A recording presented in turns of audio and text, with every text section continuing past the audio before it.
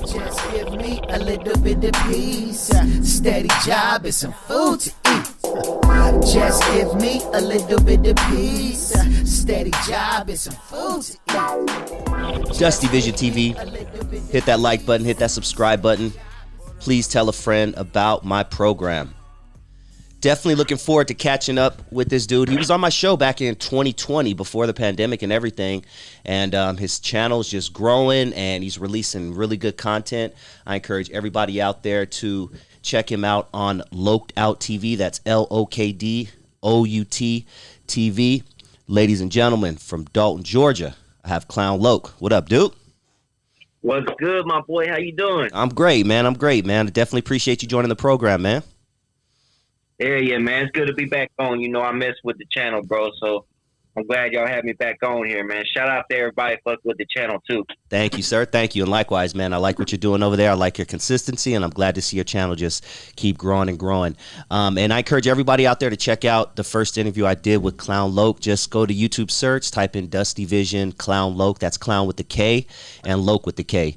So definitely check out that first interview, and I think you guys will like it. But I would like KLOWN LOK to touch on a few things that we discussed in the first interview that we didn't really get deep into, and then also I would love to talk about some of the recent madness that's been going on in YouTube, because I know you have a lot of opinion on that. So let's get it started. To give everybody a background, and correct me if I'm wrong because I'm going straight off memory, you started banging at 12, right? When you were 12 years old, with WHlTE. Right, I jumped off the porch when I was 12 years old, and yeah, I was running with the tiny WHlTE at the time, so that was my introduction into the street. Okay. And I know you ended up for whatever reasons not rolling with them. And then at the age of 16, you joined Southside Locals, right? Right. Well, at 16, you know, some things that went down between me and them, and it wasn't like nothing, you know, where I just felt like I needed to back away from them. You know what I'm saying? Because of just situations that had happened. But yeah, I ended up becoming a first generation Southside local in my city at 16. I'm from the original. We're like the original first 5 in the city. Okay. And Southside Locals, big gang across the country. I know I first got wind of them on Gangland. Gangland did a whole episode on them years ago, and I was like, damn, they're banging like that down south, huh? Didn't really know what's going on, but can you give everybody, because I'm in LA, you know, we know our gangs out here in LA, can you give everybody kind of like maybe a little history of the Southside Locals? Your gang specifically comes from the New Mexico chapter, right? Right, yeah. The hood I claim actually comes from New Mexico, but you know, as far as California goes, it all starts in California, you know, because we're that SUR GNG gang, you know. So it all comes from California. But as far as California goes, I believe the Southside Locals are out there. If I'm not mistaken, San Diego. I believe there's a set out there in LA somewhere. And I do know for a fact that there's a set in Oakland. And from what I know, you know, Southside Locals probably started like in the 1970s in Cali, of course. And then pretty much just migrated everywhere, you know what I'm saying? But the hood that I claim is actually out in New Mexico, and you know, when I first got put down, like I went to New Mexico and I met the Southside Locals there and everything, you know what I'm saying? Because I wanted to see what I was a part of. So yeah, but my hood specifically started in 2000, the year 2000. I was 16 years old, and you know, me and some of my lokes, we was out here just running around on our own type shit. And we was also running with SUR GNG, because out here we got, you know, the gang SUR GNG. So we was running with them. But when it came time they wanted us to get put down with them, we were like, you know what, we're not going to get put down with y'all, you know, because we didn't want to have to fall up under anybody. We didn't want anybody to pretty much try to tell us how we're going to do what we do. You know what I'm saying? We want to keep it locked out. So we're going to do what we want to do and how we want to do it. They already knew we was about the business. So they wanted us to get down, bro, but we just like, we're going to do us. the local hippie, his older brother is the one that's like, hey, why don't y'all just put the hood on here? Because he was a Southside local from New Mexico also. So he's like, why don't y'all just put the hood on here? He's like, there's no need for you to go over here and get jumped in with them when you can already just, be what you are. And shit, once we got that permission stamp, we were like, let's go then, And it was the winter of 2000, bro. And I had just turned 16. And we ended up just putting the hood on that night. And after that, it was on. And it was on. We was out here down making it known that we was here. And what makes, for anyone who is new to KLOWN LOK's story and WHlTE, KLOWN LOK is actually a white cat, which makes his story a little more interesting. But I know that being said, you mentioned in our last interview that your put on was a little more intense because I guess they wanted to make sure you were down for your shit. Right. Well, they want, the whole point of any put on is, a lot of people are like, why would you want to get beat up or this, that, and third? Well, you gotta, when it comes down time to handle that shit, are you going to take it? You know what I'm saying? Because you can't win every one of them, bro. It's not going to happen out here like that. So are you willing to get beat for this shit? And yeah, it's pretty much like that. Mine was a little more intense. They added an extra person in on me, which I was straight with that shit. And, we went ahead and handled it. But yeah, it was a little more intense, but it was fun all at the same time. A bunch of young kids just beating the hell out of each other, Now, does Dalton have a big GD Vice Lord presence? You know what, bro? Back then, and I actually been meaning to make a video about this, but back then there was no GDs I still don't think there's Vice Lords out here, but there was no GDs, but we had the folks, right? The folk nation. Uh-huh. And it's crazy now that I'm older and you learn different things about different, like as far as the Crips go, we had Crips out here too, which we still do. We got the Rolling 60s and a couple of other ones out here. But back then there was no Rolling 60s, bro. It was like I said, we had a Dog Pound Gangster Crip and then a couple other little Crip gangs or whatever. But they would always call themselves, what was it? The folks would call themselves cousin of the Crip or Crip cousins or some shit like that. And so, and I always thought that they was like connected with each other. But then once I got older and started learning more, I found out that these fools ain't even connected to like that. You know what I'm saying? Like, I don't even know where the hell that was coming from. But, yeah, back then it was called the Folk Nation, and it was really just a bunch of white people, really like a bunch of white kids running around yelling Folk Nation. It really wasn't like the GD 7-4s and all that. I really didn't even know what the GDs was until I went to prison. And that's when I really started learning about the GDs. But I always thought that the Folk Nation, I didn't know nothing about the GDs, but they've always been here, just not the way they are now. Now, you said Dog Pound Gangsta Crip. I got to elaborate on that, being from L.A., specifically from Long Beach. Does that have any connection to the rap group Dog Pound Gangsta Crip? Or is that just a homegrown set? Or do you know anything about that? You know what, bro? I have no idea.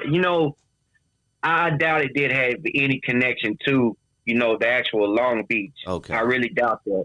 I think what it was because you got to keep in mind, this was like 96, you know what I'm saying? Like, gotcha. Or mid-90s.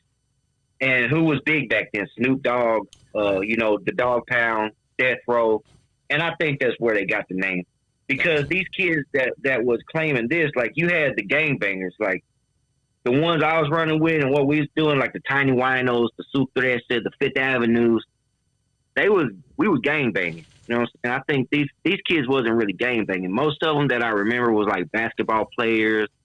They was on the football team. They really wasn't in the streets like that. You know what I'm saying? I think they was just listening to rap music and they wanted to be a part of what was going on. So they threw that Dog Pound Gangster Crip out there like that because they're not even around no more. Now, for the people out there who may not know, probably the majority of people, is there a difference between a Southsider and a Sureño? Yes. And in California, as far as California goes, it's a lot. It's a lot different because in California, before you hit the prison yard, you're basically a South Sider. You know what I'm saying? So, and then once you hit prison or whatever, you're a Sureño because it's not really going to get into it, but that's pretty much what it is. You know what I'm saying? Like you got to graduate from a South Sider to a Sureño in California. But over here, the way we do it over here, and then like Northern Cali is different. Northern Cali, you're a Sureño on the streets, and you're a Sureño in prison. So it's got a lot to do with encountering, enemies and what enemies you're dealing with and all that. But as far as over here, like I'm Southside local. Well, on the streets, I'm up under that SUR GNG umbrella. So, I'm a Sureño. Everybody, what's up for? I'm a Sureño, so whatever. You hit prison, you're a Sureño. So over here, it's like, well, we still call each other Southsiders too. Like you'll hear me all the time, shit, I'm a Southsider, Southside. So yeah, it's different over here, but there is a difference, you know what I'm saying? Depending on where you're at, the difference varies. Okay. Thank you for clearing that up. Who are some of the YouTubers that you fuck with?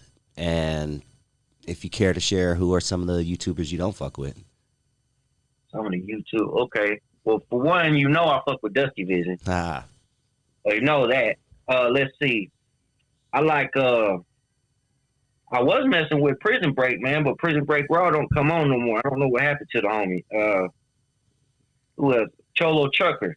I fuck with Cholo Trucker hard. That's my homie right there. We chop it up.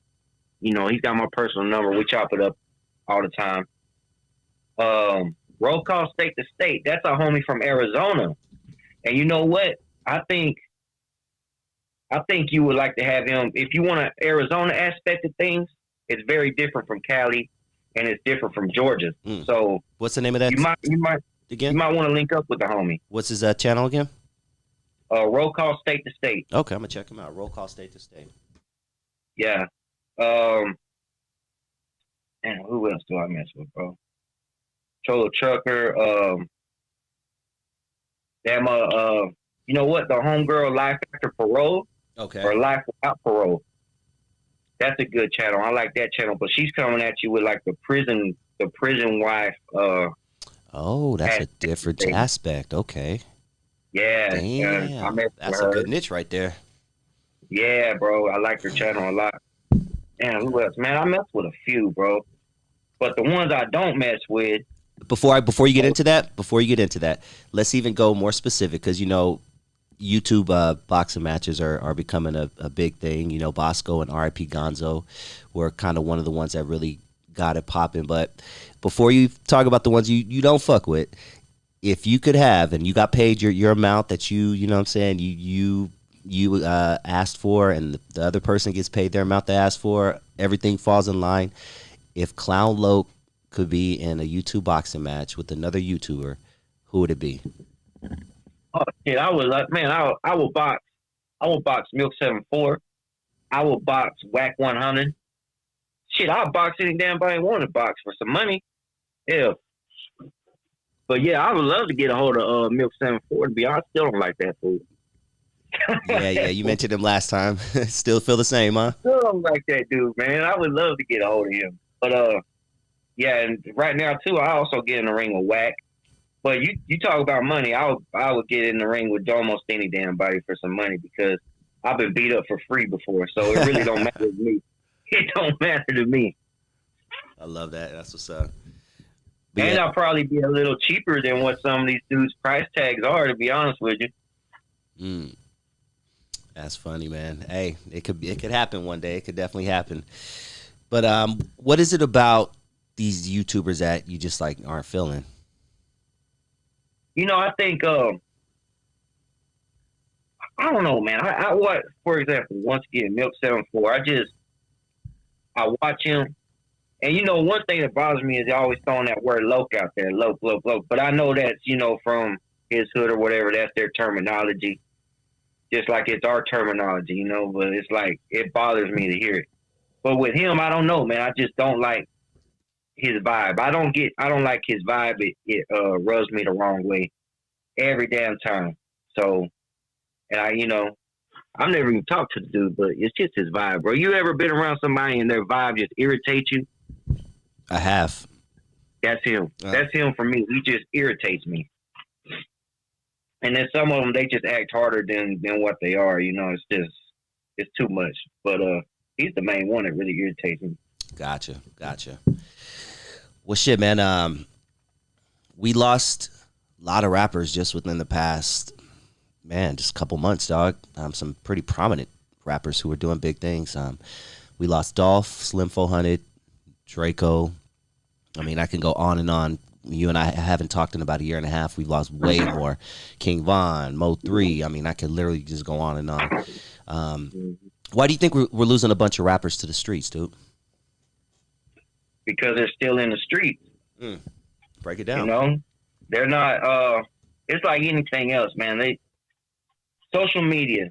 It always goes back to social media. Everybody's on social media, so everything these rappers are doing, they're not only in the public eye outside of social media, but they're in the public eye on social media.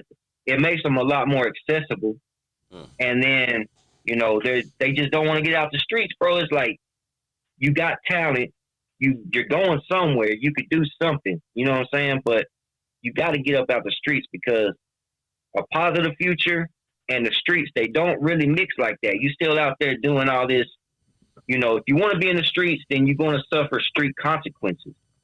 If you want to be doing something with your life, well, then, of course, you're going to do something with your life, or you're going to have things going that way for you. So I think that's what it is, bro. They just out here, just like the latest one that died in Chicago from WHlTE.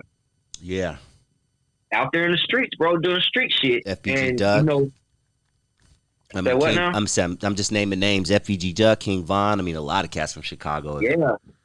So it's I think that's what it is. No, they just don't want to get out the streets and swallow them up. But that's what the streets do, man. They marry you and bury you. You know what I'm saying? Ooh, marry you and bury you. Ooh, that's deep.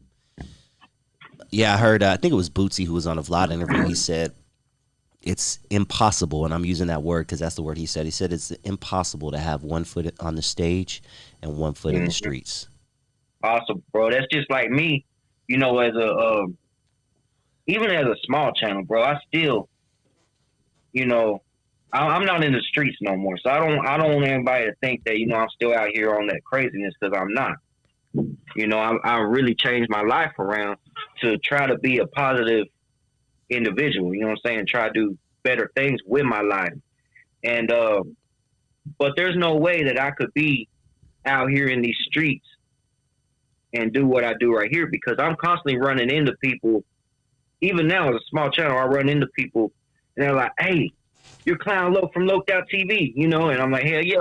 And it's crazy because more people are noticing me, especially in my small area, bro. They're noticing me, and it's like they want to take pictures and shit.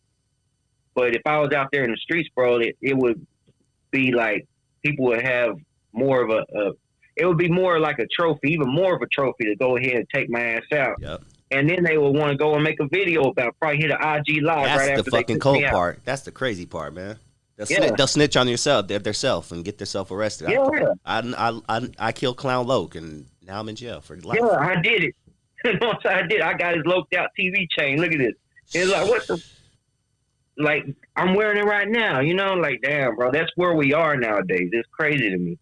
So it is impossible to, straddle that fence, bro. Like, you got to choose one way or the other. You either going to progress and do something with your life and do what you love. Like these rappers, bro, they love music. So to have a chance to actually do something that you love and get paid for it and live off of it, that's a blessing all in itself.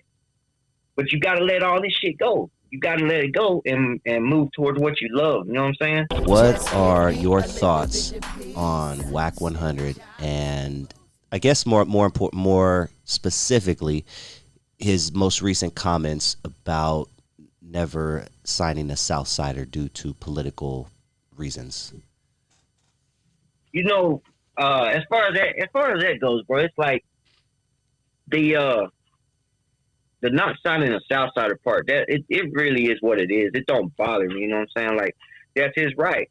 You know, he's got every right to sign who he wants to sign and do business the way he wants to do business. That's all of our rights, you know what I'm saying? But the thing that gets me about him is just a little extra shit he throws into it, and just disrespect. He just, to me, he just seems like a very disrespectful individual, and he throws disrespectful comments out there, and I don't think that it should have ever went as far as it has, as far as, you know, all the conversations back and forth, you know, like Threats and Hazard, you know, they jumping on all these damn conversations back and forth. Like, I don't think it should keep going, because he feels the way he feels, you know what I'm saying? So why are you going to keep conversating with this man about what, trying to make him change his mind? I mean, he does business with Southsiders, and he's admitted that, but he don't want to sign a Southsider, and that's his right. I just don't think it's not cool to throw these little comments out there, you know, and then every time he talks about a Mexican, bro, he's like, the Mexican, you know what I'm saying? That Mexican, I signed Mexicans. And I'm like, damn, bro, your own artists don't even have names, you know, like, you don't know their names or what? Like, does it always got to be a Mexican, you know? That's really my main issue. My issue with him isn't so much he don't want to sign a Southsider. I don't really care about that, because you know what? I probably wouldn't sign a Pyru. So, I mean, I'm not mad about that if I had a label. I don't have a label, y'all, but I'm just saying. Yeah. But yeah, that's my thing, bro. You can't. It's the little slick shit he says as far as regarding Mexicans. You know what I'm saying? Gotcha.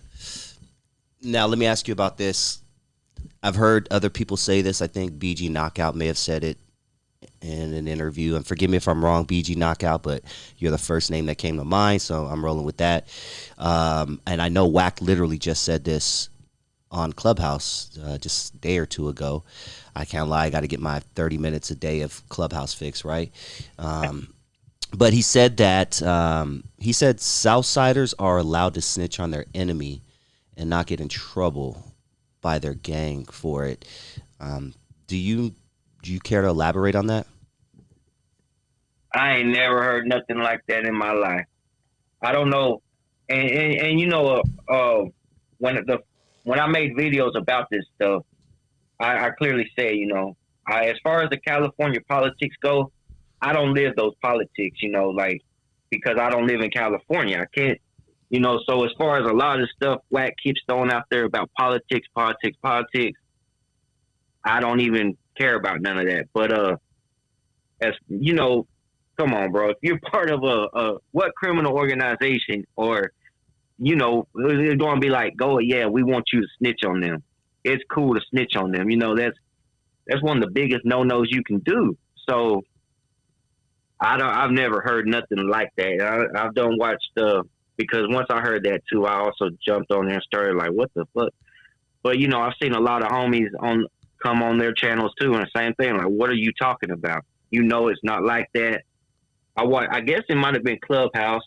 Another homie was on there, and he was going back and forth with WACK 100 about it. So honestly, I don't know where that comes from, bro, because I've never been told ever in any time that I've done, any situation I've been in, you know, I've never been told, you know, hey, homie, if you want to go tell on them, it's cool. Just don't tell on any of us. I've never heard nothing like that in my life. So I really don't know where that's coming from.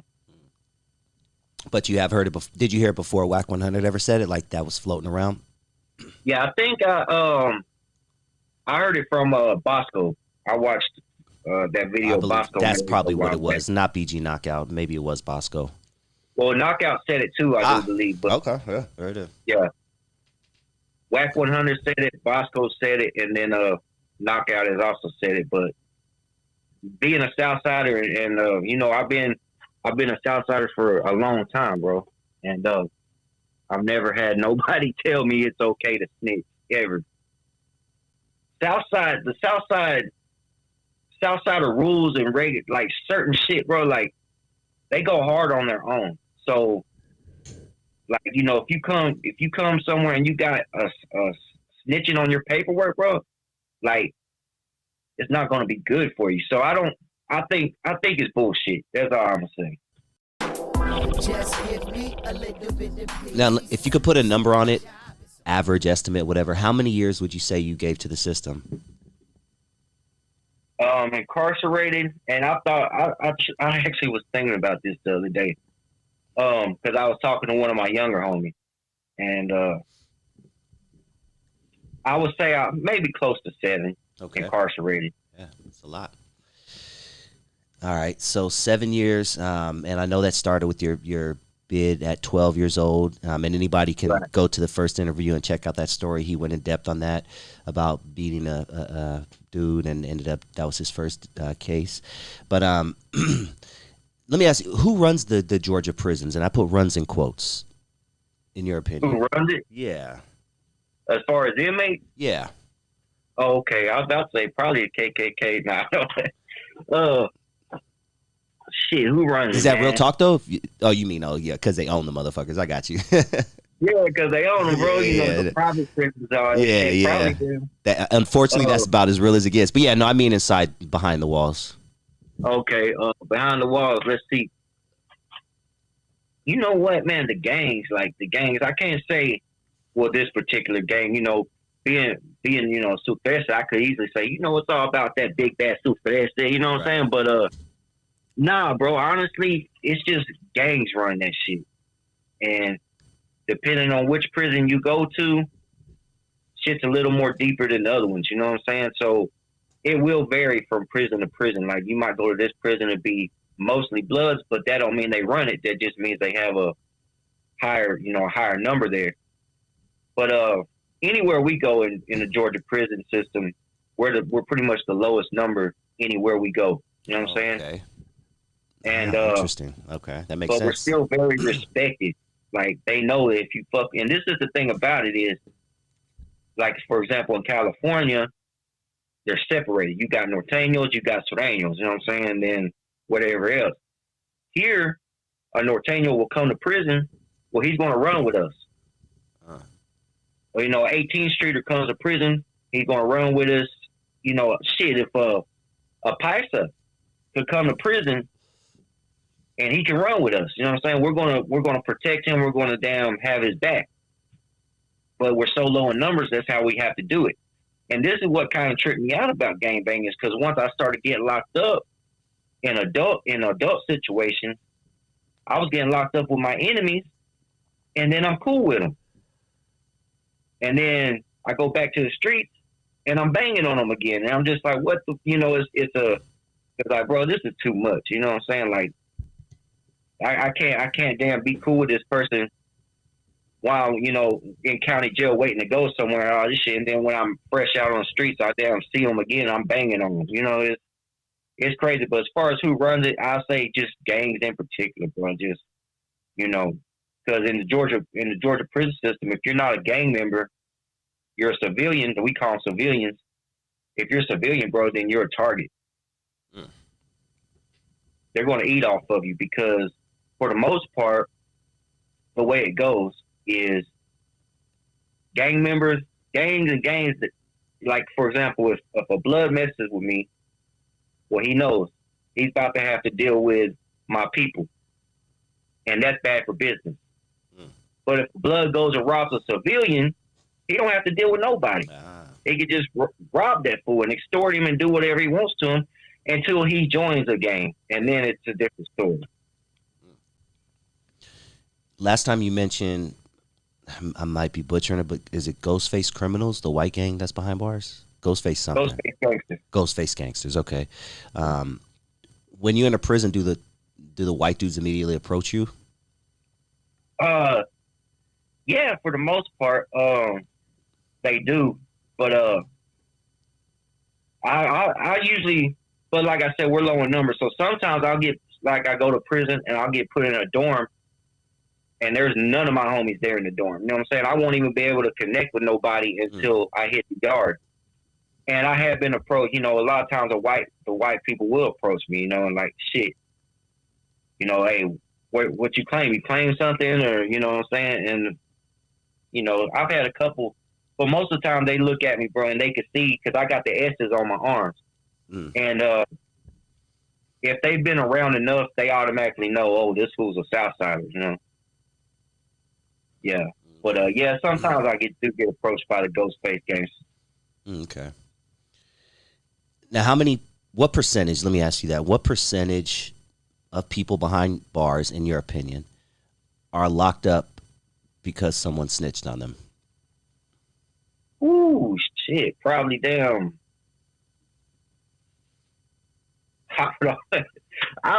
Bro, I'm over 95%. I would say. I don't know, man. Listen to that, kids. Listen to that, kids. My homie this, my homie that. I'm pretty damn sure. It might even be a higher number than that. I'm dead ass serious. I'm dead ass serious. You know, yeah. It's over 90%. I'll tell you that damn much. I'm going to say it's over 95%. Wow. Like, I'm pretty sure everybody that's ever been locked up, you've had a snitch situation at least once in your criminal career, I promise you. At least once. Yeah. Clown Lok is saying, listen to this, kids. My homie, my ride or die homie who's never gonna, man, we going down together. My man right here just said the majority of people who are locked up right now are locked up because somebody snitched on them. I'm telling you, and look, real shit. I would have never, most of my cases where I did time, I got snitched on. Shit, the last time I got locked up, because I had just got out in 2019. I got locked up in 2018 and got out in 2019. Luckily, I only had to do 9 months on that one. But it was because I got snitched on. And it was over some dumb shit, you know? And the time before it, when I got the 13-4, they snitched on me. So anyone that thinks that, you know, snitches don't exist or you can't get snitched on or whatever it may be. And you know what? A lot of times I'm going to put y'all all up on game right now. Most of the time when you got that homie talking about, bro, I'll ride and die for you. I'll ride you to the end, to the wheels fall off, all that shit. That's probably the first one's going to snitch on your ass when shit hits the fan. I promise you. Because, you know, motherfuckers don't have to keep telling you how real they are if they're real. Right. That's in life, period, man. If somebody has to keep trying to convince you that there's something, they're probably not. Yeah, so there's a reason why he's trying to convince you that he would never snitch on you. Because he's probably going to never snitch on you. Damn, bro. Whoa. That's crazy. What's the hardest thing about prison? You know, besides the obvious, not getting pussy, like things like that. But like, what's the hardest thing about being locked up? For you. For me, the hardest thing being locked up. I get tired of dealing with damn guards. Break it down. I get tired, you know, having another individual tell me what I'm going to do. You know, tell me time to go to sleep, wake up, go to detail, shower time. You know, damn. Let me have the TV when they want to let me have the TV, and then I might have to fight over the damn TV. You know, and shit, just all that, man, all that. That's a no-go for me. I get tired. Like, I don't even know why I thought I was accomplishing anything when I thought I was accomplishing something by being locked up, because this was I guess you could call it an epiphany I had last time I was locked up, man. I was like, you know what? I started looking around at the situation, bro, and I'm like, I'm seriously sick of this shit. You know, I'm sick of these damn guards telling me what I'm going to do, you know, and telling me how I'm going to do it. And even if you buck the situation, your ass is still going to go to the hole. So they're still going to tell you where you're going to go. And they're going to tell you when you could go home. And, you know, that's for the birds, man. That's for the birds. Do you think in some ways YouTube is keeping your mind focused and keeping you further and further away from going back to prison or jail? Oh, most definitely, man. YouTube, it's kind of like my therapy. Right. Because I look at YouTube like, you know, I want to make these videos, and I sit here and I try to tell stories and do things, not to glorify anything, but for the most part, I want people to understand, like, especially the youngsters, because this is the only way you can really get through to a youngster nowadays is YouTube and the social media, because they're already hard-headed, for one, but now they got a phone in their face constantly, and they're scrolling while you trying to tell them something. So, fuck it, scroll on my video and hit the damn video, you know? And, yeah, man, YouTube, it keeps me busy. It makes me want to do better because you know what? I always, and I think this all the time, real shit. If I was to go do something stupid and get locked up, not only my family would be disappointed in me, but my viewers would be disappointed in me. Real shit. Like, so, really, man, you out here preaching this positive shit, and now here you go. Yeah, bro. Like, what the fuck, you know? And then you got the ones that's like, man, we knew this would happen, you know. And then they're laughing at me because I'm back in there. Oh, you know, there's a couple sitting back just with their hands rubbed together. Man, I can't wait for something to happen to Clown Loke, man. Fuck that nigga. Oh man, I'm telling you, they're there. Yeah, bro, I got it. Oh man, I know. I hear them. I know it, bro. I already know what's up. But yeah, YouTube has made a huge difference in my life. And honestly, it's like, it's crazy because when if you would have asked me a couple years, well, not a couple years ago, but like in 2018 and before that, if I would make a YouTube, well, what the hell I want to make a YouTube for? And, you know, hell no. But then I came out, bro, and really the only reason I made my YouTube was to try to do something with my older son. He gave me the idea, and I was like, fuck, I'll run with it. You know what I'm saying? But I kept doing it. Once he got tired of it, I kept doing it. And shit, on times when I don't make videos, bro, like if I slack on a weekend and I'm not able to make that content, it actually bothers me I wasn't able to make the content. I feel you on that. 'Cause you feel like you're letting your audience down. Yeah, bro. Like I know they're waiting on a video, you know?